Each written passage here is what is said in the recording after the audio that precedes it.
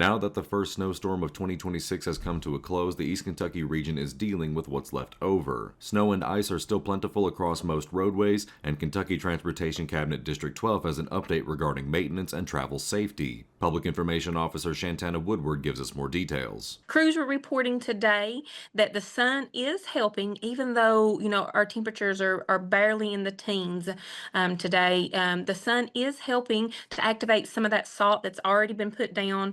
So it's going to help to melt those where the sun is hitting. Now, if you live in an area where you don't get much sun, if you live in a shaded spot, stuff like that, up a holler or something, you're probably not going to get that, melting capacity, especially because of this coldness in the weather. So, but our A routes are looking good.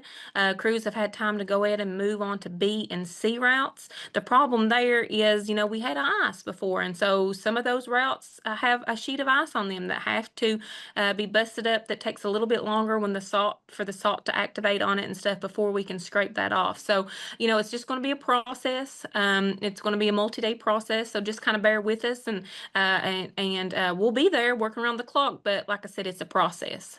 When it comes to vaccines, trust in and count on the vaccine experts at the Pike County Health Department. With locations in Pikeville and Belfry, it's easy for everyone to stay up to date on vaccines.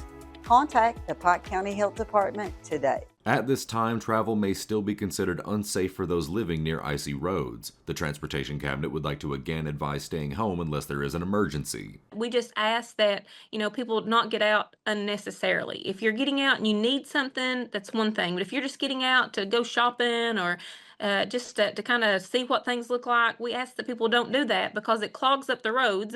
You could wreck or go in a ditch, and then that hinders our ability to plow snow and things. So, we're asking people just to limit their travel still.